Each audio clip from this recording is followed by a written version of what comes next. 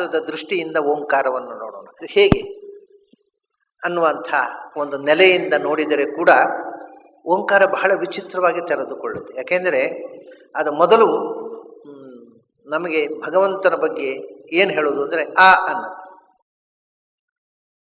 ಆ ಅಂದರೆ ಮೂಲಭೂತವಾಗಿ ಎರಡು ಅರ್ಥ. ಒಂದು ಅಲ್ಲ ಅಂತ, ಇನ್ನೊಂದು ಇಲ್ಲ ಅಂತ. ಆ ಅನ್ನೋದಕ್ಕೆ ಇನ್ನೊಂದು ಮೂರು ಅರ್ಥ ಇದೆ ಅಕಾರಕ್ಕೆ. ಅದಕ್ಕೆ ಸಾಮಾನ್ಯ ಪ್ರಸಿದ್ಧವಾದ ಎರಡು ಅರ್ಥಗಳು ಅಂದರೆ, ಒಂದು ಅಲ್ಲ, ಅವನು ಅಸುಂದರ ಅಂದರೆ ಅವನು ಸುಂದರ ಅಲ್ಲ ಅಂತ ಅರ್ಥ. ಅಲ್ಲಿ ಆ ಅನ್ನೋದಕ್ಕೆ ಅಲ್ಲ ಅಂತ ಅರ್ಥ. ಅವನು ಅಪುತ್ರ ಅಂದರೆ ಅವನಿಗೆ ಮಕ್ಕಳು ಇಲ್ಲ ಅಂತ, ಅಲ್ಲಿ ಆ ಅನ್ನೋದಕ್ಕೆ ಇಲ್ಲ ಅಂತ ಅರ್ಥ. ಇನ್ನೊಂದು ಅರ್ಥ ಇದೆ, ಎನಿಮಿ ಅಂತ, ಅಪೋಸಿಟ್ ಅಂತ, ಪರಸ್ಪರ ವಿರುದ್ಧ ಅಂತ ಅನ್ನೊಂದು ಅರ್ಥ. ಅಭಾವ, ಅನ್ಯತ್ವ ಮತ್ತು ವಿರೋಧ, ಮೂರು ಅರ್ಥ. ಆ ಅಂದರೆ ವಿರುದ್ಧ ಅಂತ. ಈಗ ಮಿತ್ರ, ಅಮಿತ್ರ. ಅಮಿತ್ರ ಅಂದರೆ ನಮಗೆ ಗೆಳೆಯರ ಅಲ್ಲ ಅಂತ ಅಷ್ಟೇ ಅರ್ಥ ಅಲ್ಲ, ಈಸ್ ಎನಿಮಿ ಅಂತ ಅರ್ಥ, ಶತ್ರು ಅಂತ ಅರ್ಥ. ಹಾಗೆ ಅಸುರರು ಅಂದರೆ ದೇವತೆಗಳು ಅಲ್ಲದವರು ಅಂತ ಅರ್ಥ ಅಲ್ಲ, ದೇವತೆಗಳಿಗೆ ವಿರೋಧಿಗಳು ಅಂತ ಅರ್ಥ. ಅಲ್ಲಿ ಆ ಅನ್ನೋದು ಆಪೋಸಿಟ್ ಆದಂಥ ಅರ್ಥ, ವಿರುದ್ಧ ಅನ್ನುವ ಅರ್ಥವನ್ನು ಹೇಳುತ್ತೆ, ಕ್ವೈಟ್ ಕಾಂಟ್ರಡಿಕ್ಟರಿ. ಹಾಗೆ ಆ ಅನ್ನುವುದಕ್ಕೆ ಒಂದರ್ಥ ಬೇರೆ ಅಂತ, ಅಲ್ಲ ಅಂತ, ಅನ್ಯತ್ವ. ಮತ್ತೊಂದು ಅಭಾವ, ಇಲ್ಲ ಅಂತ.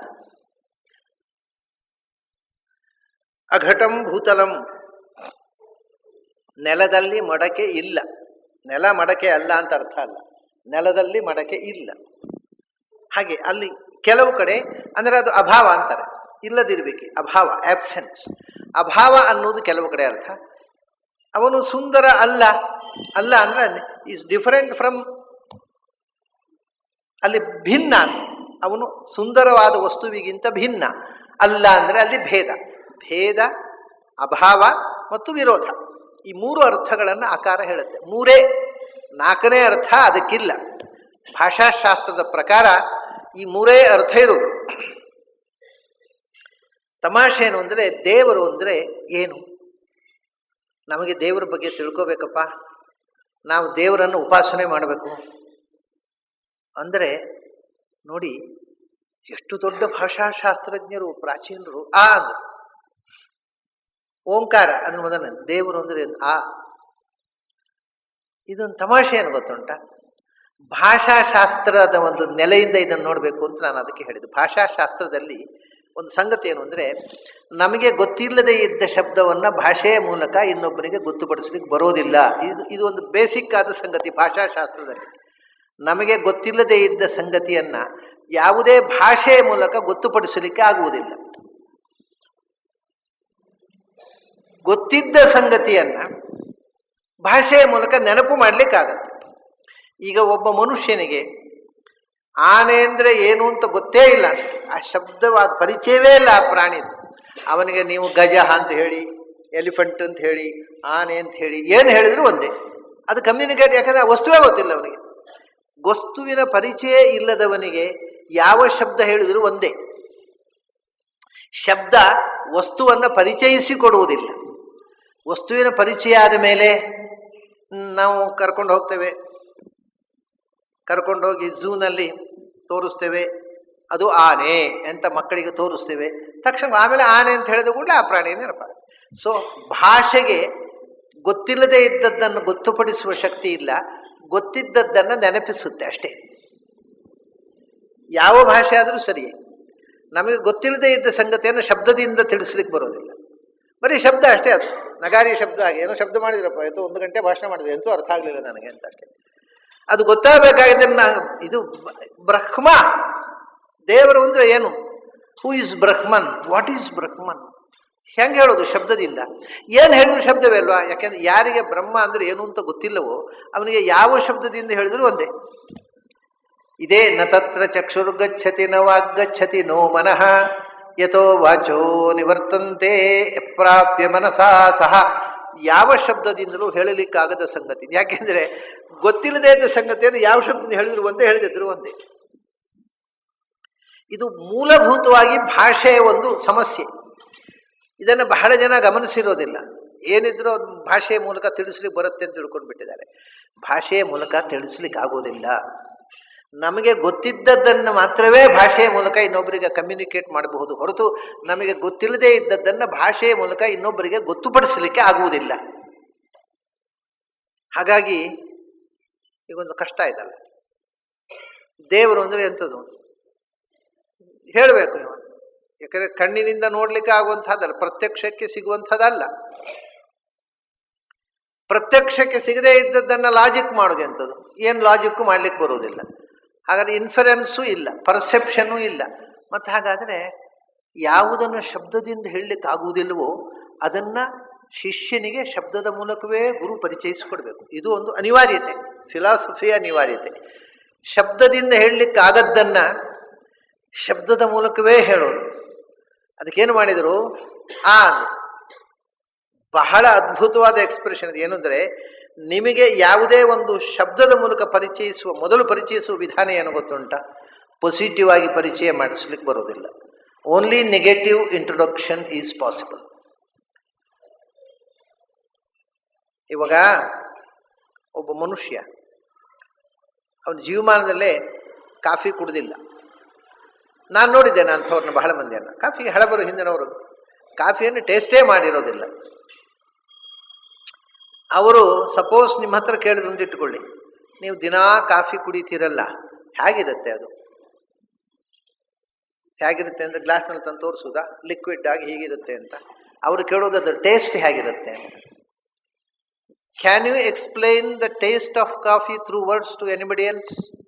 ನೀವು ಕೇಳಬೇಕು, ಎಷ್ಟು ಗಂಟೆ ಬೇಕಾದ್ರೆ ಎಕ್ಸ್ಪ್ಲೈನ್ ಮಾಡಿ, ಕಾಫಿ ಟೇಸ್ಟ್ ಗೊತ್ತಾಗತ್ತಾ?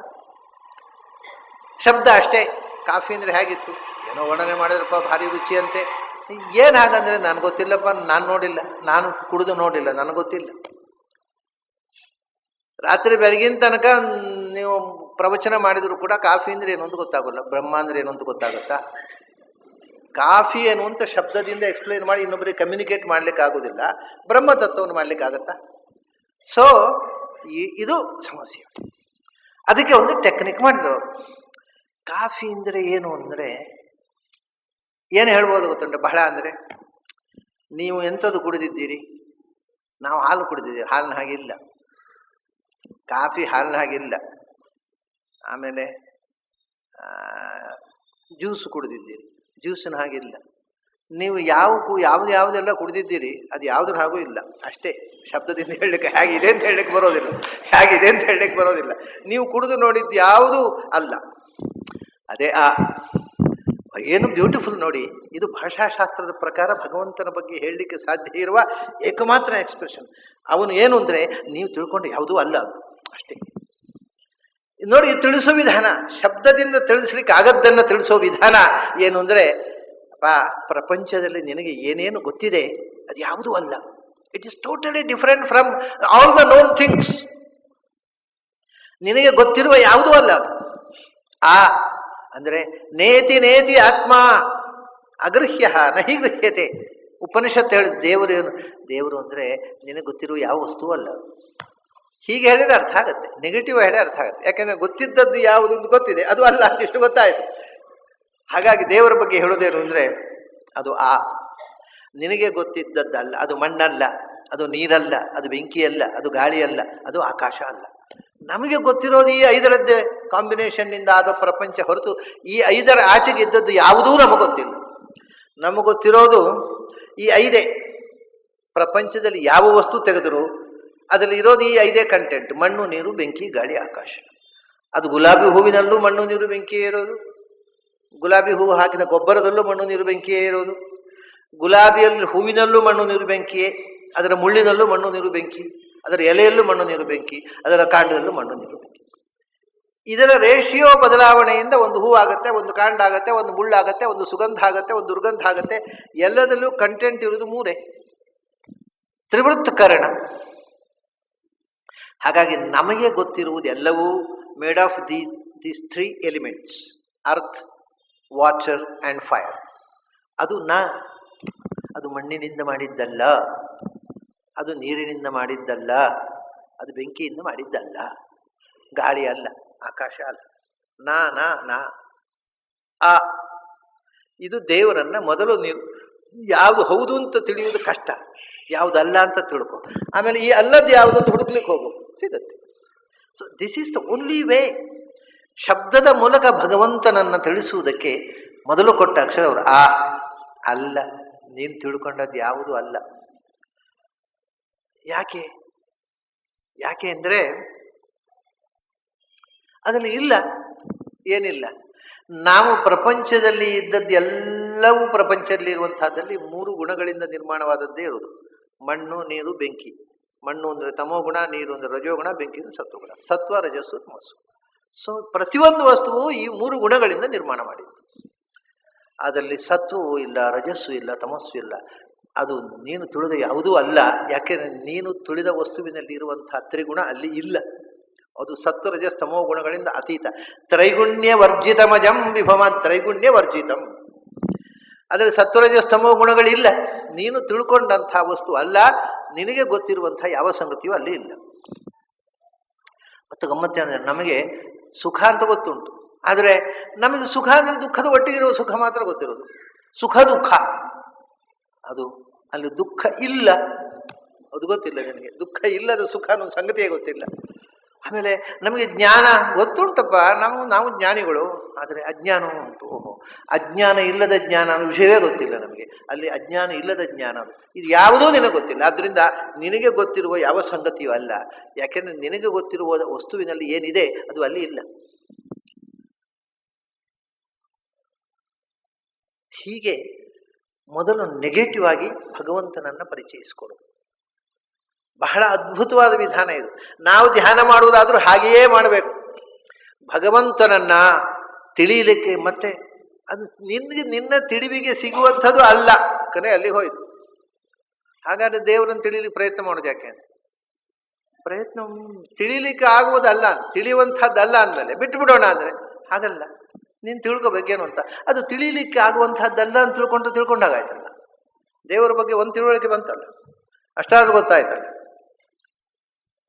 ಹಾಗೆ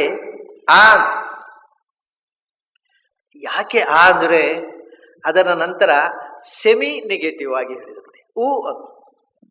ಅದು ಪೂರ್ತಿ 100% ನೆಗೆಟಿವ್ ಅಲ್ಲ. ಅನ್ನುವುದು ಒಂಚೂರು ನೆಗೆಟಿವ್, ಒಂಚೂರು ಪಾಸಿಟಿವ್. ಅದು ಅಂದರೆ ನೀನು ತಿಳಿಯಬಹುದಾದ ಎಲ್ಲಕ್ಕಿಂತಲೂ ಉನ್ನತ ಅನ್ನೋದು ಪಾಸಿಟಿವ್. ಅದೇ ಮತ್ತಲ್ಲಿ ನೀನು ತಿಳಿಲಿಕ್ಕೆ ಆಗುವಂತಹದ್ದಲ್ಲ, ನೆಗೆಟಿವ್ ಕಮ್ ಪಾಸಿಟಿವ್ ಆಗಿರ್ತಕ್ಕಂಥ ಶಬ್ದ ಕೊಟ್ಟರು. ಅದು ಅಂದರೆ ಅಂದರೆ ಉತ್ತಮ. ನೀನು ತಿಳಿಯಬಹುದಾದ ಎಲ್ಲಕ್ಕಿಂತಲೂ ಎಬವ್ ಇದೆ, ಅದು ಮೇಲೆ ಇದೆ, ಊಪರ್. ಅಂದರೆ ಉಪರಿ, ಉನ್ನತ, ಎಲ್ಲಕ್ಕಿಂತ ಮೇಲೆ. ನಿನ್ನ ಬುದ್ಧಿ, ನಿನ್ನ ಚಿಂತನೆ, ನಿನ್ನ ಕಲ್ಪನೆ ಎಲ್ಲಿ ತನಕ ಮೇಲಕ್ಕೆ ಹೋದೀತು ಅದಕ್ಕಿಂತಲೂ ಮೇಲೆ ಇದೆ. ನೀನು ಯೋಚಿಸಿ ಅದನ್ನು ಕಲ್ಪಿಸಿಕೊಳ್ಳಲಾರೆ, ಅಷ್ಟು ವಿಚಿತ್ರವಾದ ವಸ್ತು ಅದು. ಹಾಗಾದರೆ ನಾನು ಕಲ್ಪಿಸಲುವಾರೆ, ಯೋಚಿಸಲುವಾರೆ, ತಿಳಿಯಲುವಾರೆ, ಅದರ ಸುದ್ದಿ ಬಿಟ್ಟೇ ಬಿಡೋಣ ಅಂತ ಅನ್ನುವಾಗ 3ನೇದಲ್ಲಿ ಪಾಸಿಟಿವ್ ಬಂದದ್ದು. Negative, semi negative, and then semi negative plus semi positive, then positive. ಅಂದರು. ಅಂದರೆ ಟು ನೋ, ನೀನು ತಿಳಿಯಬಲ್ಲೆ. ನೀನು ತಿಳಿದ ಯಾವುದೂ ಅಲ್ಲ, ನಿನ್ನ ತಿಳಿವಿಗೆ ಎಟಗುವುದಕ್ಕಿಂತ ಎತ್ತರದಲ್ಲಿದೆ. ಆದರೂ ಕೂಡ ನಿನ್ನ ಬುದ್ಧಿಯ ಪರಿಧಿಯ ಒಳಗೆ ಎಷ್ಟು ತಿಳ್ಕೊಳ್ಳಬಹುದೋ ಅಷ್ಟನ್ನ ನೀನು ತಿಳಿಯಬಲ್ಲೆ. ಅಲ್ಲಿ ನಿಲ್ಲಿಸಿದರು. ಅಂದರೆ ನೆಗೆಟಿವ್ನಿಂದ ಪಾಸಿಟಿವ್ ಬಂದು ನಿಲ್ಲಿಸಿದರು. ಇದು ಭಾಷಾಶಾಸ್ತ್ರ. ಭಾಷಾಶಾಸ್ತ್ರದಲ್ಲಿ ನಾವು ಮಕ್ಕಳಿಗೆ ಪಾಠ ಹೇಳಿಕೊಡ್ತಕ್ಕಂಥ ನಿಜವಾದ ಪಾಠ ಹೇಳಿ ಗೊತ್ತಿದ್ದ good teacher will do like this. ಮಕ್ಕಳಿಗೆ ಪಾಠ ಹೇಳುವಾಗ ಅವು ಏನೋ ಒಂದು ಪ್ರಶ್ನೆ ಕೇಳ್ತವೆ. ಹಾಗಂದರೆ ಏನು ಸರ್ ಅಂತ ಮಕ್ಕಳಿಗೆ ಹೇಳಲಿಕ್ಕೆ ಆಗೋದಿಲ್ಲ ಎಷ್ಟೋ ಸಂಗತಿಗಳನ್ನು. ಯಾಕಂದರೆ ಅವುಗಳಿಗೆ ಗೊತ್ತಿಲ್ಲದೆ ಇದ್ದ ಸಂಗತಿಯನ್ನು ಆ ಮಕ್ಕಳು ಕೇಳಿದರೆ ಏನು ಹೇಳಬೇಕು? ಬಹಳ ಸಂದರ್ಭದಲ್ಲಿ ನಾವು ಮಕ್ಕಳಿಗೆ ಬೈದು ಬಿಡ್ತೇವೆ. ಬೈಯೋದಲ್ಲ, ಯಾಕೆಂದ್ರೆ ನಮಗೆ ಉತ್ತರ ಕೊಡ್ಲಿಕ್ಕೆ ಬರುವುದಿಲ್ಲ. ಒಂದು ಮಗು ಇರುತ್ತೆ, 2 ವರ್ಷ, ಅದಕ್ಕೊಂದು ತಮ್ಮ ಹುಟ್ಟುವುದು ಅಂದರೆ ಏನೊಂದು ಎಲ್ಲ ಗೊತ್ತಾಗುತ್ತೆ. ಸುಮ್ಮನೆ ಬಾಯಿ ಮುಚ್ಚಿ ಕೂತ್ಕೊ, ಮತ್ತೆ ಗೊತ್ತಾಗುತ್ತೆ. ಏನು ಹೇಳುದು ಅವರು? How to explain it to children? ಎಲ್ಲ ಗೊತ್ತಾಗುತ್ತೆ, ಮತ್ತೆ ಬಾಯಿ ಮುಚ್ಚಿ ಕೂತ್ಕೋ ಅಂತ. ಅದಕ್ಕೆ ಪಾಪ ಯಾಕೆ ಇವರು ಬೈತಾರೆ ಅಂತ ಅರ್ಥ ಆಗೋದಿಲ್ಲ, ಅಪ್ಸೆಟ್ ಆಗಿಬಿಡ್ತಾರೆ. ಚಿಲ್ಡ್ರನ್ ಸೈಕಾಲಜಿ ಗೊತ್ತಿಲ್ಲದೆ ಇದ್ದ ದೊಡ್ಡವರು ಮಕ್ಕಳನ್ನು ಹಾಳು ಮಾಡಿಬಿಡ್ತಾರೆ. ಈ ಗದರಿ ಬೆದರಿ ಏನೋ ಒಂದು ಹೇಳಿ ಅಧ್ವಾನ ಮಕ್ಕಳನ್ನ ದೊಡ್ಡದು ಮಾಡಲಿಕ್ಕೆ ಅದೊಂದು ದೊಡ್ಡ ಕಲೆ. ಅದನ್ನು ಅನೇಕ ಮಂದಿ ಮಕ್ಕಳನ್ನ ಹೇಗೆ ಬೆಳೆಸುವುದು ಅಂತ ಗೊತ್ತಿಲ್ಲದೆ ಈ ಥರ ಅವನನ್ನು ಸ್ಟ್ರಿಕ್ಟ್ ಅಂತ ಹೇಳಿ ಬೈದು ಗದರಿ ಮಕ್ಕಳನ್ನು ಒಂಥರ ವೇಸ್ಟ್, ಅವುಗಳಿಗೆ ಯಾವ ರೀತಿಯ ಬೆಳವಣಿಗೆ ಇಲ್ಲದಂತೆ ಮಾಡ್ತಾರೆ. ಹಾಗೆ ಇದು ನೋಡಿ, ಇದು ಒಬ್ಬ ಎಕ್ಸ್ಪರ್ಟ್ ಮನಃಶಾಸ್ತ್ರಜ್ಞನಾದ ಅಧ್ಯಾಪಕ ದೇವರ ಬಗ್ಗೆ ಪಾಠ ಹೇಳಬೇಕಾಗಿದ್ರೆ ಆ ಊ ಮಾಕಿಂತ ಬೇರೆ ಅಕ್ಷರ ಇಲ್ಲ. ಅವನು ಆ, ಯಾಕೆಂದ್ರೆ ಅವನು ಆದರೆ ಅವನು ಮಾ ಅಂದ್ರೆ ಮಾ ಅಂದ್ರೆ ಟು ನೋ, ಮಾನಂ ಜ್ಞಾನಂ. You can understand, you can know him, you may know him. ಹೇಗೆ? ಎಷ್ಟು ಹಿಡಿಯುತ್ತೋ ಅಷ್ಟು ಹಿಡಿಸ್ಕೊಯ್ಯ. ಸಮುದ್ರದ ನೀರನ್ನು ಪೂರ ಮನೆಗೆ ತರ್ಲಿಕ್ಕೆ ಆಗುದಿಲ್ಲ ಅಂತ ಬರಿಗೇಲಿ ಬರ್ಬೇಕಾ? ನಿನ್ನ ತಟ್ಟೆಯಲ್ಲಿ ಎಷ್ಟು ಹಿಡಿಯುತ್ತೋ ಅಷ್ಟು ತುಂಬಿಸ್ಕೊಂಡು ಬಾ. ಅಂದರೆ ಭಗವಂತನನ್ನ ಪೂರ್ಣ ತಿಳಿಲಿಕ್ಕೆ ಆಗುವುದಿಲ್ಲ, ಆದರೆ ಎಷ್ಟು ತಿಳಿಲಿಕ್ಕೆ ಸಾಧ್ಯವೋ ಅಷ್ಟು ತಿಳಿಯುವಂಥದ್ದು ನಿನ್ನ ಕರ್ತವ್ಯ. ಅಲ್ಲಿಗೆ ನಿಲ್ಲಿಸಿದ್ರು ನೋಡಿ. ಇದು ಬಹಳ ಅದ್ಭುತವಾದ ಒಂದು ಮನಃಶಾಸ್ತ್ರೀಯವಾದ ಇಂಟ್ರೊಡಕ್ಷನ್ ಟು ಗಾಡ್. ವಿಚಿತ್ರ, ಅದು ಬಹಳ ಸುಂದರವಾದಂತಹ ಅಕ್ಷರಗಳಿವೆ. ಈ 3 ಅಕ್ಷರಗಳಿಂದ ಅಲ್ಲದೆ ಇನ್ಯಾವ ಅಕ್ಷರದಿಂದಲೂ ಭಗವಂತನನ್ನ ಒಳ್ಳೆಯ ಅಧ್ಯಾಪಕ ಇಂಟ್ರೊಡ್ಯೂಸ್ ಮಾಡ್ಲಿಕ್ಕೆ ಆಗುದಿಲ್ಲ. ಅವನಿರೋದು ಆ ಊ ಮಾನೆ ಓಂ. ಹೀಗೆ ಅವನಿಗೆ ಕೊನೆಗೆ ಆಸೆ ತುಂಬಿಸಿ ಪಾಸಿಟಿವ್ ಆಗಿ ಭಗವಂತನನ್ನ ನೋಡ್ಲಿಕ್ಕೆ ಪ್ರಯತ್ನ ಮಾಡು. ನೀನೇ ಪ್ರಯತ್ನ ಮಾಡು, ಇನ್ನೊಬ್ರ ಹತ್ರ ಕೇಳಲಿಕ್ಕೆ ಹೋಗಬೇಡ. ಇನ್ನೊಬ್ರು ತೋರಿಸ್ಲಿಕ್ಕೆ ಆಗುವ ವಸ್ತು ಅಲ್ಲ ಅದು. ನೀನು ಪ್ರಯತ್ನ ಮಾಡು, ನಿನ್ನ ತಟ್ಟೆಯಲ್ಲಿ ಎಷ್ಟು ತುಂಬುತ್ತೋ ಅಷ್ಟು ತುಂಬಿಸಿಕೊ ಅಂತ. ಅಂದರೆ ಒಬ್ಬರು ಪ್ರಾಚೀನ ಪಂಡಿತರು ಇದನ್ನು ಹೀಗೆ ಹೇಳ್ತಾರೆ. ಭಗವಂತನ ಲಕ್ಷಣ ಏನು ಅಂದರೆ ಅವೇದ್ಯತ್ವಾಭಾವ ವಿಶಿಷ್ಟ ಸುವೇದ್ಯತ್ವಾಭಾವ ಭಗವತೋ ಲಕ್ಷಣ ಅಂತ. ಅವನು ಅವೇದ್ಯನೂ ಅಲ್ಲ ಸುವೇದ್ಯನೂ ಅಲ್ಲ, ಪೂರ್ವ ತಿಳಿಲಿಕ್ಕೂ ಆಗುವುದಿಲ್ಲ, ತಿಳಿದೇ ಇರಬೇಕು. ಅವೇದ್ಯತ್ವಾಭಾವ ವಿಶಿಷ್ಟ ಸುವೇದ್ಯತ್ವಾಭಾವ ಲಕ್ಷಣ ಅಂತ. ಸ್ವಲ್ಪ ತರ್ಕಶಾಸ್ತ್ರ ಓದೋರು ಹೀಗೆ ಮಾತಾಡುವ ಚಪಲ, ಅದನ್ನು ಸರಿಯಾಗಿ ಎಲ್ರಿಗೂ ಅರ್ಥ ಆಗುವಾಗ ಹೇಳ್ಬೋದು. ಸ್ವಲ್ಪ ಯಾರಿಗೂ ಅರ್ಥ ಆಗದಾಗ ಹೇಳ್ಬಿಟ್ಟು ಅವೇದ್ಯತ್ವಾಭಾವ ವಿಶಿಷ್ಟ ಸುವೇದ್ಯತ್ವಾಭಾವ ಬ್ರಹ್ಮಣೋ ಲಕ್ಷಣ ಅಂತ ಹೇಳ್ಬಿಟ್ರೆ ಭಾರಿ ಶಾಸ್ತ್ರೀಯವಾದ ಭಾಷೆಯಲ್ಲಿ ಹೇಳಿದಾಗಾಗಿ ಕೇಳುವರೆಲ್ಲ ಗಾಬರಿ ಆಗಿಬಿಡ್ತಾರೆ. ಒಂದು ಸರ್ತಿ ನಮ್ಮ ಗುರುಗಳು ಏನು ಅದ್ಭುತ ಗೊತ್ತಾ, ಯಾರಿಗೂ ಅರ್ಥ ಆಗದಾಗ ಪಾಠ ಹೇಳ್ತಾರೆ ಅವರು ಅಂತದನ್ನು. ಅವೇದ್ಯತ್ವಾಭಾವ ವಿಶಿಷ್ಟ ಸುವೇದ್ಯತ್ವಾಭಾವ ಅಂತ ಹೇಳ್ಬಿಟ್ರೆ ದೊಡ್ಡ ಗುರುಗಳವರು, ಯಾಕೆಂದ್ರೆ ಯಾರಿಗೂ ಅರ್ಥ ಆಗದಾಗ ಹೇಳ್ತಾರೆ ಅವರು, ಅಷ್ಟು ದೊಡ್ಡವರು ಅಂತ. ಅದನ್ನೇ ಉಪನಿಷತ್ತು ಎಷ್ಟು ಚಂದ ಹೇಳ್ತೇವೆ ನೋಡಿ. ಉಪನಿಷತ್ತು ಜೀವ ಹೋದರೂ ತರ್ಕ ಭಾಷೆಯನ್ನು ಉಪಯೋಗಿಸುವುದಿಲ್ಲ. ಅವಿಜ್ಞಾತಂ ವಿಜಾನತಾಂ ವಿಜ್ಞಾತಂ ವಿಜಾನತಾಂ ಯಸ್ಯಾಮತಂ ತಸ್ಯ ಮತಂ ಮತಂ ಯಸ್ಯ ನ ವೇದ ಸಹ ಅವಿಜ್ಞಾತಂ ವಿಜಾನತಾಂ. ಗೊತ್ತಿದ್ದವರಿಗೆ ಗೊತ್ತಿಲ್ಲ, ಗೊತ್ತಿಲ್ಲದವರಿಗೆ ಗೊತ್ತುಂಟು. ಇದು ಉಪನಿಷತ್ತಿನ ಭಾಷೆ. ಗೊತ್ತಿದ್ದವರಿಗೆ ಗೊತ್ತಿಲ್ಲ, ವಿಜಾನತಾಂ ಅವಿಜ್ಞಾತಂ, ತಿಳಿದವರಿಗೆ ತಿಳಿದಿಲ್ಲ, ಮತ್ತೆ ವಿಜ್ಞಾತಂ ಅವಿಜಾನತಾಂ, ತಿಳಿಯದವರಿಗೆ ತಿಳಿದಿದೆ. ತಿಳಿಯದವರಿಗೆ ತಿಳಿದಿದೆ, ತಿಳಿದವರಿಗೆ ತಿಳಿದಿಲ್ಲ. ಇದು ದೇವರು. ಇದು ಓಂ ಅನ್ನೋದರ ಅರ್ಥ ಏನು ಅಂದರೆ ತಿಳಿದವರಿಗೆ ಅಂದರೆ ನನಗೆ ದೇವರ ಬಗ್ಗೆ ಎಲ್ಲ ತಿಳಿದಿದೆ ಅಂತ ತಿಳ್ಕೊಂಡವರಿಗೆ ಏನೂ ತಿಳಿದಿಲ್ಲ. ಹಾಗೆ ತಿಳಿಯದವರಿಗೆ ಅಯ್ಯೋ ದೇವರ ಬಗ್ಗೆ ನನಗೇನೂ ಗೊತ್ತಿಲ್ಲಪ್ಪ ಅನ್ನೋವರಿಗೆ ದೇವರ ಬಗ್ಗೆ ಗೊತ್ತಿದೆ. ತಿಳಿಯದವರಿಗೆ ತಿಳಿದಿದೆ, ತಿಳಿದವರಿಗೆ ತಿಳಿದಿಲ್ಲ.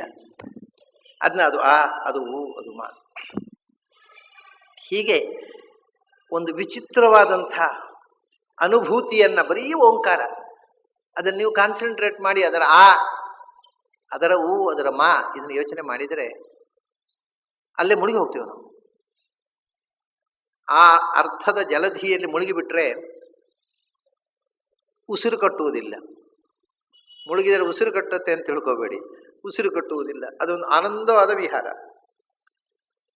ಆ ಮುಳುಗಿದ್ದ ಜಲಧಿಯಿಂದ ಅರ್ಥದ ಆನಂದದ ಕಡಲಿನಿಂದ ಮೇಲಕ್ಕೆ ಬರಬೇಕು ಅಂತಲೇ ಅನಿಸೋದಿಲ್ಲ. ಅಂಥ ಒಂದು ಆನಂದದ ಎಕ್ಸ್ಪೀರಿಯನ್ಸ್ ಅದು. ಆಮೇಲೆ ಈ ಓಂ ಅನ್ನೋದನ್ನ ಇನ್ನು ಅನೇಕ ಅನೇಕ ಆಯಾಮಗಳಲ್ಲಿ ಶಾಸ್ತ್ರಕಾರರು ನೋಡಿದ್ದಾರೆ. ಏನು ಅಂದರೆ ಅಂದರೆ ಏನು? ಅಂದರೆ ಅತೀತ, ಪಾಸ್ಟ್ ಟೆನ್ಸ್. ಊ ಅಂದ್ರೆ ಈಗ ಉತ್ಪನ್ನ, ಎಕ್ಸಿಸ್ಟೆಂಟ್, ವರ್ತಮಾನ. ಮಾ ಅಂದ್ರೆ ಇನ್ನು ಮೇಯ, ನಿರ್ಮೇಯ, ಇನ್ನು ಮುಂದೆ ಆಗುವಂಥ ಫ್ಯೂಚರ್. ಸೊ ಯಾವುದು ಯಾವುದು ಊ ಮತ್ತು ಯಾವುದು ಮಾ ಅಂದರೆ ಯಾವುದು ಫ್ಯೂಚರ್ನಲ್ಲಿಯೂ ಇದೆಯೋ, ಯಾವುದು ಮೂರು present tens, past tens, future tens. ನಮಗೇನು ಅಂದರೆ ಎಲ್ಲ ಕಾಲದಲ್ಲೂ ಇರುವವರಿಗೆ ಮಾತ್ರ ಇದು ಅನ್ವಯ ಆಗುತ್ತೆ. ಇರುವುದವರಿಗೆ ಏನಂದರೆ ಅವರು ಇದ್ರು, ಹೌದಾ, ಮತ್ತೀಗ ಈಗ ದಿವಂತರಾದರು, ಕೈಲಾಸವಾಸಿಗಳಾದರು, ಇದ್ರು ಅಷ್ಟೇ. ಫಾಸ್ಟ್ ಟೆನ್ಸ್ ಮಾತ್ರ ಕೆಲವರಿಗೆ, ಕೆಲವರು ಈಗ ಇದ್ದಾರೆ, ಸೇರ್ತಾರೆ ಗೊತ್ತಿಲ್ಲ. ಕೆಲವರು ಹೀಗೆ, ಕೆಲವರಿಗೆ ಇನ್ನು ಮುಂದೆ, ಈಗ 9 ತಿಂಗಳಾಯಿತು ಹೊಟ್ಟೆಗೆ, ಯಾವಾಗ ಡೆಲಿವರಿ ಆಗುತ್ತೆ ಗೊತ್ತಿಲ್ಲ, ಅವನು ಮುಂದೆ ಫ್ಯೂಚರ್ ಟೆನ್ಸ್ ಇದೆ. ಕೆಲವರಿಗೆ ಫ್ಯೂಚರ್ ಟೆನ್ಸ್ ಇದೆ, ಕೆಲವರಿಗೆ ಪ್ರೆಸೆಂಟ್ ಟೆನ್ಸ್ ಇದೆ, ಕೆಲವರಿಗೆ ಪಾಸ್ಟ್ ಟೆನ್ಸ್. ಮುಗಿದೋಯ್ತು ಅವರ ಕಥೆ. ಕೈಲಾಸವಾಸಿಗಳಾದರೂ, ವೃಂದಾವನಸ್ಥರಾದರು. ಈ 3 ಟೆನ್ಸು ಯಾರಿಗೆ ಅನ್ವಯ ಆಗುತ್ತೋ ಅದು ದೇವರು ಅಂತ. ಅದು ಓಂ. ಅತೀತ, ಈಗ ಉತ್ಥಿತ, ಉತ್ಪನ್ನ ಮತ್ತು ಮೇಯ. ಮುಂದೆ ಆಗುವ, ಹಿಂದೆ ಆದ, ಹಿಂದೆ ಇದ್ದ, ಈಗ ಇರುವ, ಮುಂದೆ ಬರುವ ಎಲ್ಲಕ್ಕೂ ಕೂಡ ಕಾರಣನಾಗಿರುವವನು. 3 ಕಾಲದಿಂದ ಅತೀತನಾದವನು ಯಾರೋ ಅವನು. ಇದು ನೋಡಿ, ಇದೆಲ್ಲ ನೆಗೆಟಿವ್ ಅನ್ನು ಪಾಸಿಟಿವ್ ಮಾಡೋ ವಿಧಾನ ಚಿಂತನೆಯಲ್ಲಿ. ನೆಗೆಟಿವ್ ಇರುವುದು ಇದರಲ್ಲಿ, ಹಿಂದೆ ಎಲ್ಲ ನೆಗೆಟಿವ್ ಅನ್ನು ಪಾಸಿಟಿವ್ ಮಾಡಿ ಹೇಗೆ ಚಿಂತನೆ ಮಾಡೋದು. ಆಮೇಲೆ ಆ ಅಂದರೆ ಅವನಿ, ಅರ್ಥ. ಆ ಅಂದರೆ ಅರ್ಥ. ಇಂಗ್ಲೀಷ್ನಲ್ಲೂ ಅದೇ ಅಬ್ರಿವೇಷನ್ ಕರೆಕ್ಟ್ ಆಗುತ್ತೆ. ಆ ಅಂದರೆ ಅರ್ಥ. ಉ ಅಂದರೆ ಉಪರಿ, ಅಂತರಿಕ್ಷ, ಭೂಮಿ, ಭೂಹು, ಭುವಃ. ಆಮೇಲೆ ಮಾ ಅಂದರೆ ಮಾನಂ, ಜ್ಞಾನಂ, ಜ್ಞಾನಮಯವಾದ ಲೋಕ, ಸ್ವರ್ಗ. ಸುವಹ ಅಂದ್ರೂ ಅದೇ, ವರಿತಿ ಜ್ಞಾನ ಮುಚ್ಯತೆ, ಜ್ಞಾನಮಯವಾದ ಲೋಕ. ಹಾಗಾದ್ರೆ ಭೂಹು, ಭುವಃ, ಸ್ವಹ, ಆ ಉ ಮಾ. 3 ಕಾಲ ಓಂಕಾರದಲ್ಲಿ ಬಂತ, ಅತೀತ, ವರ್ತಮಾನ, ಭವಿಷ್ಯ. ಭೂಹು, ಭುವ, ಸ್ವಹ 3 ಲೋಕಗಳು ಓಂಕಾರದಲ್ಲಿ ಬಂತ. ಅಲ್ಲ, 3 ಅವಸ್ಥೆಗಳು ಬಂತು, ನಿನ್ನೆ ನೋಡಿದೆವನು. ಇನ್ನು ಎಂಥದ್ದು ಬಾಕಿ ಉಂಟು ಓಂಕಾರದಲ್ಲಿ ಹೇಳದೇ ಇದ್ದದ್ದು? 3 ಕಾಲಗಳಲ್ಲಿ ತುಂಬಿರುವಂಥದ್ದು, 3 ಲೋಕಗಳಲ್ಲಿ ತುಂಬಿರುವಂಥದ್ದು ಯಾವುದು? ಅದು ಭಗವಂತ. ಆ ಅಂದರೆ ಜಗತ್ತಿಗೆ ಆಗಮನ, ಸೃಷ್ಟಿಗೆ ಕಾರಣವಾಗಿರ್ತಕ್ಕಂಥ ಭಗವಂತ. ರಜೋಗುಣದಿಂದ ಜಗತ್ತನ್ನು ಸೃಷ್ಟಿ ಮಾಡ್ತಕ್ಕ, ಬ್ರಹ್ಮನಲ್ಲಿ ಅಂತರ್ಯಾಮಿ ಆಗಿರ್ತಕ್ಕಂಥ ಭಗವಂತ. ಉ ಅಂದರೆ ಉತ್ಥಾನ, ಸ್ಥಿತಿ, ಬೆಳವಣಿಗೆ. ಅದಕ್ಕೆ ಕಾರಣನಾಗಿ ಸ್ವಯಂ ವಿಷ್ಣು ರೂಪದಿಂದ ಜಗತ್ತಿನ ಸ್ಥಿತಿ ಕಾರಣನಾದ ಭಗವಂತ. ಮಾ ಅಂದರೆ ಮಾನಂ, ಜ್ಞಾನಂ, ಲಯಶ್ಚೈವ, ಸಂಹಾರಕ್ಕೆ ಕಾರಣನಾಗಿ ಶಿವನಲ್ಲಿ ಇರತಕ್ಕಂಥ ನರಸಿಂಹ. ಅದು ಸೃಷ್ಟಿ, ಸ್ಥಿತಿ, ಸಂಹಾರಗಳಿಗೆ ಕಾರಣನಾದ ಭಗವಂತ. ಆ ಉಮ. ಹಾಗಾದ್ರೆ ಸೃಷ್ಟಿ, ಸ್ಥಿತಿ, ಸಂಹಾರ ಆಯಿತು. ಎಚ್ಚರ, ಕನಸು, ನಿದ್ರೆ ಆಯಿತು. ವರ್ತಮಾನ, ಭೂತ, ಭವಿಷ್ಯತ್ತಾಯಿತು. ಭೂರ್ಭುವ ಸ್ವಹ 3 ಲೋಕಗಳಾಯಿತು. 3 ಲೋಕಗಳನ್ನು ಇಡೀ ಬ್ರಹ್ಮಾಂಡ, ಯೂನಿವರ್ಸ್. ಭುವಸ್, ಭೂಹು, ಭುವಸ್ ಮತ್ತು ಸ್ವಹ ಎಲ್ಲವನ್ನೂ ಒಳಗೊಂಡು ಎಲ್ಲವನ್ನೂ ವ್ಯಾಪಿಸುವಂಥ ಒಂದು ಅಕ್ಷರವಾಗಿ ನಿಂತಿತ್ತು ನೋಡಿ. ಹೇಳದ ವಿಷಯವೇ ಇಲ್ಲ. ಇನ್ನು ತಗೊಂಡ್ರೆ ಆ ಅನ್ನೋದು ಋಗ್ವೇದವನ್ನ ಇದರ ಬೆಳವಣಿಗೆ ಹೇಳಿದರು. ಅಕಾರ, ಉಕಾರ, ಮಕಾರ 3 ಅಕ್ಷರಗಳು ಸೇರಿ 3 ವ್ಯಾಹೃತಿಗಳಾದವು. ಭೂಹು, ಭುವಃ, ಸುಹ. ಇದರದೇ ವ್ಯಾಖ್ಯಾನ ಆ ಉಮ. ಆ 3 ವ್ಯಾಹೃತಿಗಳೇ ವಿಸ್ತಾರವಾಗಿ ಗಾಯತ್ರಿಯ 3 ಪಾದಗಳಾದವು. ಅವೇ ವಿಸ್ತಾರಗೊಂಡು ಪುರುಷ ಸೂಕ್ತದ 3 ವರ್ಗಗಳಾದವು. ಅವೇ ವಿಸ್ತಾರಗೊಂಡು 3 ವೇದಗಳಾದವು. ಹಾಗಾದರೆ ಓಂ, ಆ, ಉ, ಮಾದಲ್ಲಿ ಇಡೀ ವೇದದ ಕಂಡೆನ್ಸ್ಡ್ ಪಿಲ್. ಹಾಗಾದರೆ ಆ ಓಮನ್ನು 3 ವೇದ ಆಯಿತು, 3 ಕಾಲ ಆಯಿತು, 3 ಲೋಕ ಆಯಿತು, 3 ಅವಸ್ಥೆಗಳಾಯಿತು, 3 ಗುಣಗಳಾಯಿತು, ಸೃಷ್ಟಿ, ಸಂಹಾರ 3. ಎಂಥದ್ದು ಬಾಕಿ ಉಳಿಲೇ ಇಲ್ಲ. ಇನ್ನು ಓಂಕಾರದಿಂದ ಹೇಳದೇ ಇದ್ದದ್ದೇ ಇಲ್ಲ ಅನ್ನುವಷ್ಟು ನಮಗೆ ಓಂಕಾರದಲ್ಲಿ, ನಾನು ಅದಕ್ಕೆ ಹೇಳಿದ್ದು, ಓಂಕಾರದಲ್ಲಿ ಒಮ್ಮೆ ಆ ಒಂದು ಆನಂದ ಸಮುದ್ರ, ಅದು ಪರಮಾಮೃತ ಸಮುದ್ರಾವಗಾಹೀವ ಬಹಳಮ ಆಹ್ಲಾದಮ ಆಪ್ನೋತಿ. ಆ ಸಮುದ್ರದಲ್ಲಿ ಒಮ್ಮೆ ಮುಳುಗಿಬಿಟ್ರೆ ಅದ್ರಲ್ಲಿ ಆನಂದವಾಗಿ ಆ ಅಮೃತಪಾನ ಮಾಡ್ತಾ ಕೂತು ಬಿಟ್ರೆ ಅಲ್ಲಿಂದ ಆ ಸಮುದ್ರದಿಂದ ಮೇಲಕ್ಕೆ ಬರಬೇಕು ಅಂತ ಅನಿಸೋದಿಲ್ಲ. ಅದು ಒಳಗೆ ಕೂತ್ಬಿಡೋಣ ಅಂತ. ದೇವತೆಗಳು, ರುದ್ರಾದಿ ದೇವತೆಗಳು ಕಲ್ಪ ಕಾಲದಲ್ಲಿ ಸಮುದ್ರದಲ್ಲಿ ಕೂತು ತಪಸ್ಸು ಮಾಡ್ತಿದ್ರು. ಯಾಕೆ ಅಂತ ಗೊತ್ತಾಗಬೇಕಾದ್ರೆ ಓಂಕಾರ ಅರ್ಥ ಆಗಬೇಕು. ಓಂಕಾರದ ಅರ್ಥಾನುಸಂಧಾನ ಮಾಡಿಕೊಂಡು ಸಮುದ್ರದಲ್ಲಿ ಕೂತ್ಬಿಟ್ರೆ ಮೇಲೆ ಬರುವಂತ ಅನಿಸುವುದಿಲ್ಲ. ದಶಕಲ್ಪಂ ತಪಶ್ಚೀರ್ಣಂ ರುದ್ರೇಣ ಲವಣಾಂಭಸಿ. ಅವರಿಗೆ ಉಪ್ಪು ನೀರು ಅಲ್ಲೇ ಅಲ್ಲ, ಅದು ಅಮೃತ ಸಮುದ್ರ. ಅದು ಈ ಓಂಕಾರದ ಚಿಂತನೆಯಲ್ಲಿ ಉಪ್ಪು ಎಲ್ಲ ಕರಗಿ ಹೋಯಿತು. ಹೀಗೆ ಓಂಕಾರ ಚಿಂತನೆ ಮಾಡ್ತಾ 3 ವೇದಗಳು, ಅದರ ಸೂಚನೆ ಕೂಡ ಇದೆ. ನಾನು ಇದನ್ನ ಅನೇಕ ಬಾರಿ ಹೇಳಿದ್ದೇನೆ. ಯಾಕಂದ್ರೆ ನಮ್ಮ ಜನ ಮರೆತಂಥ ಕೆಲವು ರಹಸ್ಯಗಳಿವು, ಅಧ್ಯಾತ್ಮದ ರಹಸ್ಯಗಳು. ಅದಕ್ಕೋಸ್ಕರ ನಾನು ರಿಪೀಟೆಡ್ಲಿ ಹೇಳ್ತಾ ಇರ್ತೇನೆ. ಅಕಾರ ಅನ್ನೋದು ಋಗ್ವೇದವನ್ನ ರೆಪ್ರೆಸೆಂಟ್ ಮಾಡ್ತಕ್ಕಂಥ ಅಕ್ಷರ. ಯಾಕೆ ಅಂದರೆ ಋಗ್ವೇದದ ಮೊದಲನೇ ಅಕ್ಷರ ಅದು. ನಮ್ಮಲ್ಲಿ ಮತ್ತೆ ಅಬ್ರಿವಿಯೇಷನ್, ಆ is an abbreviation of entire Rigveda. ಯಾಕೆಂದ್ರೆ ಋಗ್ವೇದ ಸ್ಟಾರ್ಟ್ಸ್ ವಿತ್ ಆ ಅಗ್ನಿಮೀಳೆ ಪುರೋಹಿತಂ ಯಜ್ಞಸ್ಯ ದೇವ ಮೃತ್ವಿಜಂ. ಅಕಾರದಿಂದ ಋಗ್ವೇದ ಪ್ರಾರಂಭ ಆಯ್ತು. ಸೊ ಆ is an abbreviation of entire Rigveda. ಇಡೀ ಋಗ್ವೇದವನ್ನ ಆ ಅನ್ನೋದ್ರಲ್ಲಿ ಸಿಡುತ್ತೆ. ಋಗ್ವೇದವನ್ನ ಪೂರ್ತಿ ಚಿಂತನೆ ಮಾಡು. ಆ ಚಿಂತನೆ ಮಾಡುವುದು ಅಂದ್ರೆ ಸಮಗ್ರ ಋಗ್ವೇದದ ಚಿಂತನೆ. ಸಮಗ್ರ ಋಗ್ವೇದದಲ್ಲಿ ಏನನ್ನು ಹೇಳುತ್ತೆ? ಅಕಾರದ ಅರ್ಥ ಏನು ಹೇಳಿದೆವು ನಾವು? ಅವನು ಎಲ್ಲ ಜಗತ್ತಿನಿಂದ ವಿಲಕ್ಷಣ. ಅವನು ಇದು ಯಾವುದೂ ಅಲ್ಲ. ಯಾಕೆಂದರೆ ಅವನಲ್ಲಿ ಇಲ್ಲಿರತಕ್ಕ ಯಾವ ದೋಷಗಳೂ ಇಲ್ಲ, ಮತ್ತು ಈ ಜಗತ್ತಿಗೆ ವಿರುದ್ಧವಾದಂತಹ ಎಲ್ಲ ಗುಣಗಳು ಇವೆ. ಸಮಸ್ತ ಗುಣ ಸಂಪೂರ್ಣ, ಸರ್ವದೋಷ ವಿವರ್ಜಿತ ಮತ್ತು ಎಲ್ಲ ಗುಣಗಳಿಂದ ತುಂಬಿದೆ. ಅದರಿಂದ ಜಗತ್ತಿನಿಂದ ವಿಲಕ್ಷಣ. ಇದನ್ನು ಅಕಾರದ ಅರ್ಥ.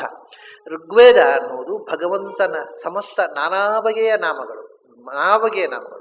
ಒಂದೊಂದು ವಸ್ತುವಿನ ನಾಮವನ್ನು ಅಗ್ನಿ, ವಾಯು, ಇಂದ್ರ, ವರುಣ, ಏನೇನೋ ದೇವತಾ, ಸಮಸ್ತ ದೇವತಾ ನಾಮಗಳನ್ನು ಭಗವಂತನಲ್ಲಿ ಸಮನ್ವಯ ಮಾಡಿ ಆ ನಾಮಗಳಿಂದ ಪ್ರತಿಪಾದ್ಯವಾದ ಗುಣವಿಶಿಷ್ಟತೆಯ ಭಗವಂತನ ಅನುಸಂಧಾನ, ಗುಣಪೂರ್ಣತ್ವ ನಿರ್ದೋಷತ್ವ ಅನುಸಂಧಾನವೇ ಇಡೀ ಋಗ್ವೇದದ ಪ್ರೋಸೆಸ್. ಅದು ಆ ಉ ಅನ್ನುವಾಗ ಇನ್ನೂ ಮೇಲಕ್ಕೆ ಹೋಯ್ತು. ಉಕಾರ ಅನ್ನೋದು ಯಜುರ್ವೇದದ ಅಕ್ಷರ. ಯಾಕೆಂದ್ರೆ ಅಕಾರ ಅನ್ನೋದು ಎಲ್ಲ ಶಬ್ದಗಳು, ಪ್ರತಿಯೊಂದು ವಸ್ತುವಿನ ನಾಮವೂ ಭಗವಂತನ ನಾಮ ಅಂತ. ಯಜುರ್ವೇದ ಇನ್ನೂ ಒಂದು ಹೆಜ್ಜೆ ಮುಂದೆ ಹೋಯ್ತು. ಬರೀ ವಸ್ತುವಿನ ನಾಮ ಅಷ್ಟೇ ಅಲ್ಲಪ್ಪ. ಯಜುರ್ವೇದದಲ್ಲಿ ಕರ್ಮಗಳನ್ನು ಹೇಳ್ತೇವೆ ನಾವು. ಕರ್ಮನಾಮಗಳು, ಕ್ರಿಯಾಪದಗಳು ಭಗವಂತನ ನಾಮ. ಅಲ್ಲಿಗೆ ಹೋಯ್ತು. ಇನ್ನೂ ಮೇಲಕ್ಕೆ ಹೋಯ್ತದು, ಮೇಲಿನ ಸ್ಟೇಜಿನ ಹೋಯ್ತು ಚಿಂತನ. ಆಮೇಲೆ ಅಲ್ಲಿಂದ ಸಾಮವೇದಕ್ಕೆ ಹೋಯ್ತು. ಮಾ ಅಂದ್ರೆ ಗಾನ ಅಂತ ಹೇಳ್ತೇನೆ ನಾನು. ಬರೇ ಕ್ರಿಯಾಪದ, ಕರ್ಮಪದ, ನಾಮಪದ ಅಷ್ಟೇ ಅಲ್ಲ, ಸೌಂಡ್ ಕೂಡ, ಸೌಂಡ್, ಸ್ವರ, ನಾದ ಕೂಡ ಭಗವಂತನ ವಾಚಕ. ಅದು ಭಗವಂತನ ಗುಣವನ್ನು ಹೇಳುತ್ತೆ. ಹೀಗೆ ಭಗವಂತನ ಗುಣಪೂರ್ಣತ್ವವನ್ನ 3 ವೇದಗಳು ಹೇಳುವ ಬಗೆ ಹೀಗೆ. ಆ ಉ ಮ. ಸರಿ, ಅದನ್ನ ನಮಗೆ ಗೊತ್ತಾಗಲಿ ಅನ್ನುವುದಕ್ಕೋಸ್ಕರ ಅಕಾರದಿಂದಲೇ ಋಗ್ವೇದ ಪ್ರಾರಂಭ ಆಗತ್ತೆ, ಓಂಕಾರದ ಮೊದಲ ಅಕ್ಷರದಿಂದ. ಅಗ್ನಿಮೀಳೆ ಪುರೋಹಿತಂ. ಹೌದು, ಆ ಅನ್ನೋದು ಋಗ್ವೇದದ ಮೊದಲನೇ ಅಕ್ಷರ. ಹೌದು, ಮತ್ತೆ ಮುಂದೆ ಆದರೆ ನಿಮ್ಗೆ ಉಕಾರ ಯಜುರ್ವೇದ ಅಕ್ಷರ ಆಗ್ಬೇಕಲ್ಲ? ಇಲ್ಲ, ಯಜುರ್ವೇದ ಶುರು ಆಗುದು ಹಾಗೆ. ಇಷೇತ್ವರ್ಜೆತ್ವ ವಾಯವಸ್ಥೋ ವಾಯವಸ್ಥ ದೇವೋ ವಸುವಿಧ ಪ್ರಾರ್ಪಯತು ಶ್ರೇಷ್ಠತಮಾಯ ಕರ್ಮಣೆ. ಹಾಗಾಗಿ ಏನಾಗ್ಬೇಕಿತ್ತು? ಅಕಾರ ಆದ್ಮೇಲೆ ಉಕಾರ ಅಲ್ಲ, ಇಕಾರ. ನಿಜವಾದ ಮಂತ್ರ ಏನಾಗಬೇಕು? Aim, not Om. It must be aim. ಆ ಪ್ಲಸ್ ಇ, ಏಮ್ ಅಂತ ಆಗ್ಬೇಕು. ಓಂ ಹೇಗಾಯ್ತು ರೀ? ಗಡಿಬಿಡಿ ಮಾಡಬೇಡಿ. ಇಕಾರ ಅನ್ನೋದು ಯಜುರ್ವೇದ ಅಕ್ಷರ ಅಲ್ಲ, ಮತ್ತೆ ಋಗ್ವೇದದ ಕೊನೆ ಅಕ್ಷರ. ಅಕಾರದಿಂದ ಅಗ್ನಿಮೀಳೆ ಪುರೋಹಿತಂ ಯಜ್ಞಸ್ಯ ದೇವ ಮೃತ್ವಿಜಂ. ಕೊನೆಯಲ್ಲಿ ಯಥಾವಸ್ಸು ಸಹಾಸತಿ, ಇದು ಕೊನೆ ಮಂತ್ರ ಋಗ್ವೇದದ. ಯಥಾವಸ್ಸು ಸಹಾಸತಿ ಇಕಾರದಲ್ಲಿ ಎನ್. ಸೊ ಈ ಅನ್ನೋದು ಯಜುರ್ವೇದದ ಅಕ್ಷರ ಅಲ್ಲ, ಋಗ್ವೇದದ ಕೊನೆ ಅಕ್ಷರ. ಋಗ್ವೇದ ಇರುವುದು ಅಕಾರದಿಂದ ಇಕಾರ, ಆ ಇ ಅಲ್ಲಿ ಮುಗೀತು ಋಗ್ವೇದ. ಆಮೇಲೆ ಋಗ್ವೇದದ ಕೊನೆಯಿಂದ ಯಜುರ್ವೇದ ಪ್ರಾರಂಭ ಆಯಿತು. ಈ ಇಷೇತ್ವೋರ್ಜೇತ್ವಾ ವಾಯವಸ್ಥೋ ವಾಯವಸ್ಥ ದೇವೋ ವಸುಪಿತಾ ಪ್ರಾರ್ಪಯತು ಶ್ರೇಷ್ಠತಮಾಯ ಕರ್ಮಣೆ. ಆಪ್ಯಾಯಧ್ವಂ ಅಗ್ನಿಯ ದೇವೋ ಭಾಗಂ ಊರ್ಜಸ್ವತಿ ಪಯಸ್ವತಿ ಪ್ರಜಾಪತಿ. ಹೋಯ್ತು. ಇದು ಎಲ್ಲಿ ಮುಗೀತು ಯಜುರ್ವೇದ? ಸಮುದ್ರೋ ಬಂಧು ಉಕಾರದಲ್ಲಿ ಮುಗೀತು. ಸೊ ಆ ಟು ಉ, ಆ is the first letter of Rigveda and ಉ is the last letter of Yajurveda. So ಆದಿಂದ ಉ ಅಂದ್ರೆ ಋಗ್ವೇದ ಯಜುರ್ವೇದ ಪೂರ್ತಿ ಆಯ್ತದೆ. ಇಡೀ ಋಗ್ವೇದ ಯಜುರ್ವೇದಗಳನ್ನ ಅದು ಆದ್ಯಂತದ ಅಕ್ಷರಗಳನ್ನ ಸೇರಿಸಿ ಇಡೀ ಋಗ್ವೇದ ಯಜುರ್ವೇದ ನಮ್ಮ ಕಣ್ಣು ಮುಂದೆ ನಿಲ್ಲಿಸುತ್ತೆ. ಓ ಅನ್ನುವ 2 ಅಕ್ಷರಗಳು. ಓಂಕಾರ ಏನು ಅದ್ಭುತ ರೀ! ಒಂದೊಂದು ಅಕ್ಷರದಲ್ಲಿ ಅವರು ಏನು ಪ್ರಾಚೀನರು ಚಿಂತನೆ. ಇಡೀ ವೇದವನ್ನು ತುಂಬಿದರು 2 ಅಕ್ಷರದಲ್ಲಿ. ನಾವು ದಿನ ಓಂ ಓಂ ಹೇಳಿದ್ದೇ ಹೇಳಿದ್ದು, ಇದು ವಿಷಯವೇ ಗೊತ್ತಿರಲಿಲ್ಲ. ಸುಮ್ಮನೆ ಏನೋ ಓಂ ಹೇಳಿದ್ರೆ ಪುಣ್ಯ ಬರುತ್ತೆ ಅಂತ ಹೇಳಿದೆವು. ಅದು ಪುಣ್ಯ ಬರೋದೇ ಹಾಗೆ, ವಿಷಯವೇ ಗೊತ್ತಿಲ್ಲದೆ ಹೇಳಿದರೆ, ಇದಕ್ಕೆ ಟೇಪ್ ರೆಕಾರ್ಡರ್ ತನಕ ಹೇಳುವ ಹಾಗೆ ಹೇಳಿದೆ ಓಂ ಓಂ ಅಂತ. ಅದು ಬರಲೇ ಇಲ್ಲ ಪುಣ್ಯ. ಯಾಕೆಂದ್ರೆ ನಾವು ಓಂಕಾರ ಅಂದ್ರೆ ಏನು ಅಂತ ತಿಳ್ಕೊಳ್ಳೋ ಪ್ರಯತ್ನವೇ ಮಾಡಿಲ್ಲ. ಎಂಥ ದೊಡ್ಡ ಕೊಪ್ಪರಿಗೆ ನಮ್ಮಲ್ಲಿ ಇದ್ದು ಆ ಬಾಕ್ಸ್ ಬೀಗ ಹಾಕಿ ಇಟ್ಟದ್ದನ್ನ, ಆ ಬೀಗ ಹಾಕಿದ ಪೆಟ್ಟಿಗೆ ಮಂಗಳಾರತಿ ಮಾಡಿ ಕೆನ್ನೆ ತಟ್ಟಿಕೊಂಡು ಹೊರದು ಅದರೊಳಗೆ ದುಡ್ಡನ್ನು ಉಪಯೋಗಿಸಲೇ ಇಲ್ಲ. ಅದರೊಳಗೆ ಕೊಪ್ಪರಿಗೆ ನಿಧಿ ಸಂಪತ್ತಿದೆ. ಇದು ನಮ್ಮ ದುರಂತ. ಪ್ರಪಂಚದಲ್ಲಿ ಯಾವ ಧರ್ಮದಲ್ಲಿಯೂ ಅರ್ಥ ಗೊತ್ತಿಲ್ಲದೆ ಮಂತ್ರ ಹೇಳುವ ಕ್ರಮ ಇಲ್ಲ. ಅದು ಇದ್ರೆ ನಮ್ಮ ದೇಶದಲ್ಲಿ ಮಾತ್ರ. ಅರ್ಥ ತಿಳ್ಕೊಳ್ಬೇಕಾದಾಗತ್ತಿಲ್ಲ, ಪುಣ್ಯ ಬರ್ತದೆ ಅಂತ ಸಂಸ್ಕೃತದಲ್ಲಿ ಹೇಳ್ಬಿಡೋದು. ಅರ್ಥ ತಿಳ್ಕೊಳ್ಳದೆ ದೇವರನ್ನು ಸ್ತೋತ್ರ ಮಾಡುವಂಥದ್ದು ಎಲ್ಲಾದರೂ ಪ್ರಪಂಚದಲ್ಲಿ ಇದ್ರೆ ಗೊತ್ತಿಲ್ಲದ ಭಾಷೆಯಲ್ಲಿ, ಅದು ಈ ದೇಶದಲ್ಲಿ ಮಾತ್ರ. ಯಾಕಂದ್ರೆ ದೇವರ ಭಾಷೆ ಕಲಿಬೇಕು ಅನ್ನೋ ಎಚ್ಚರ ಯಾರಿಗೂ ಇಲ್ಲ. ದೇವರಿಗೆ ಅರ್ಥ ಆಗತ್ತಲ್ಲ ಸಾಕು, ನಮಗೆ ಅರ್ಥ ಆಗಬೇಕು. ಅದೇನೋ ಅದು ಏನು ಕೇಳಬೇಕು ಅಂತ ಹಿಂದಿನವರು ಅರ್ಥ ಗೊತ್ತಿದ್ದವರು ಬರೆದಿಟ್ಟಿದ್ದಾರೆ. ಅದನ್ನು ತಪ್ಪಾಗಿ ಹೇಳಿಬಿಟ್ರೆ ನಮ್ಮ ಕೆಲಸ ಮುಗಿಯಿತು. ತಪ್ಪಾದ್ರೆ ಅದಕ್ಕೆ ಅಚ್ಯುತಾನ್ಮ ಅನಂತಾನ್ಮ ಗೋವಿಂದಾನ್ಮ ಅದನ್ನು ತಪ್ಪಾಗಿ ಹೇಳಿಬಿಟ್ರೆ ಸೇಮ ಎಲ್ಲ ಪುಣ್ಯ. ಇಷ್ಟು ದರಿದ್ರ ನಮ್ಮ ಅನುಷ್ಠಾನಗಳಲ್ಲಿ ಎಚ್ಚರ ಇಲ್ಲದ ಹೊಣೆಗೇಡಿತನ. ಸರಿ, ಆ ಊ ಆಯಿತು. ಅಕಾರ ಮತ್ತು ಉಕಾರ ಋಗ್ವೇದದ ಮೊದಲನೇ ಅಕ್ಷರ, ಯಜುರ್ವೇದದ ಕೊನೆಯ ಅಕ್ಷರ. ತಮಾಷೆ ಏನಂದ್ರೆ ಸಾಮವೇದದೂ ಬಂತು ಇದರಲ್ಲಿ. ಆ ಓದಲ್ಲಿ 3 ವೇದಗಳು ಬಂದವು. ಯಾಕೆ? ಸಾಮವೇದ ಶುರು ಆಗುದು ಹಾಗೆ, ಅಗ್ನ ಆಯಾಹಿ ವೀತಯೇ ಅಕಾರದಿಂದೆ. ಅಗ್ನ ಆಯಾಹಿ ವೀತಯೇ ಗೃಣಾನೋ ಹವ್ಯದಾದಯೇ ನಿಹೋತ ಸತ್ಸಿ ಬರ್ಹಿಷಿ. ಅಕಾರದಿಂದಲೇ ಶುರುವಾಗೋದು. ಮುಗಿಯುವುದಲ್ಲಿ ಶನ್ನೋ ಬೃಹಸ್ಪತಿರ್ದಧಾತು, ಹೂ ಅದ್ರಲ್ಲಿ ಮುಗಿಯೋದು. ಅದರಿಂದ ಆದಿಂದ ಹೂ ಅಂದ್ರೆ ಇಡೀ ಸಾಮವೇದವೂ ಆಯ್ತು. ಮತ್ತೆ ಮಾಕೆ ಏನು ಗತಿ? ನಮಗೆ ಅದಲ್ಲ, ಅದು ಸಾಮವೇದ ಅಲ್ಲ. ಅಗ್ನ ಆಯಾಹಿ ವೀತೆಯೇ ಎನ್ನುವುದು ಋಗ್ವೇದದ ಒಂದು ಮಂತ್ರ. ಅದು ಸಾಮ ಆಗುದು ಯಾವಾಗ? ಅದನ್ನ ನೀವು ಅಗ್ನ ಆಯಾಹಿ ವೀತೆಯೇ ಅಂದ್ರೆ ಸಾಮವೇದ, ಮತ್ತೆ ಓಗ್ನಾಯಿ ಅಂದ್ರೆ ಸಾಮವೇದ ಆಯ್ತು. ಓಹೋ, ಅದನ್ನ ಮತ್ತೆ ಸಂಗೀತದಲ್ಲಿ ಸ್ಪ್ಲಿಟ್ ಮಾಡಿ ಅಕ್ಷರಗಳನ್ನು ಒಡೆದು ಆ ಜ್ಞೇ ತೆಗೆದು ಓಗ್ನಾಯಿ. ವೀತೆಯೇ ಅಂದ್ರೆ ಸಾಮವೇದ, ವಾಯಿತಾಯಿ ಅನ್ಬೇಕು. ಆಮೇಲೆ ಸತ್ಸಿ ಬರ್ಹಿಷಿ ಅಂದ್ರೆ ಆಗುದಿಲ್ಲ, ಸಾಯಿ ಬಾ ಹಿಷಿ ಅನ್ಬೇಕು, ಅದು ಸಾಮವೇದ. ಅಂದ್ರೆ ಅಕ್ಷರಗಳನ್ನ ಒಡೆದು ಅದಕ್ಕೆ ಮ್ಯೂಸಿಕಲ್ ಕಾಂಪೋಸಿಷನ್ ಅನ್ನ ಬಳಸಿ, ಮ್ಯೂಸಿಕ್ ಅನ್ನು ಬಳಸಿ ಅದನ್ನು ಮ್ಯೂಸಿಕಲ್ ಕಾಂಪೋಸಿಷನ್ ಆಗಿ ನುಡಿದಾಗ ಅದು ಗಾನವಾದಾಗ ಸಾಮವೇದ ಆಯಿತು. ಅದೇ ಇದು ಮಕಾರ ಅಂದ್ರೆ ನಾದ, ಶ್ರುತಿ. ಸಂಗೀತ ಅದೇ ಮಕಾರ ಸಂಗೀತವನ್ನು ರೆಪ್ರೆಸೆಂಟ್ ಮಾಡುತ್ತೆ. ಹೀಗೆ ಅಕಾರ ಉಕಾರ ಮಕಾರ ಅನ್ನೋದು ಇಡೀ ವೈದಿಕ ಸಾಹಿತ್ಯ. ಆ ಹೂ ಅನ್ನುವುದು ಶಬ್ದ ಪ್ರಪಂಚವನ್ನೆಲ್ಲ ಸೇರಿಸಿತು, ಮಾ ಅನ್ನೋದು ಗಾನವನ್ನು ಸೇರಿಸಿತು. ಹೀಗೆ ಗದ್ಯಮಯ ಪದ್ಯಮಯ ಗಾನಮಯವಾಗಿರತಕ್ಕಂತಹ ಸಮಸ್ತ ವೈದಿಕ ಸಾಹಿತ್ಯವನ್ನ ಓಂ. ಹಾಗಾದ್ರೆ 3 ವೇದ ಆಯಿತು, 3 ಕಾಲ ಆಯಿತು, 3 ಕಾಲ ಆಯಿತು, 3 ಕಾಲ ಆಯಿತು, 3 ಕಾಲ ಆಯಿತು,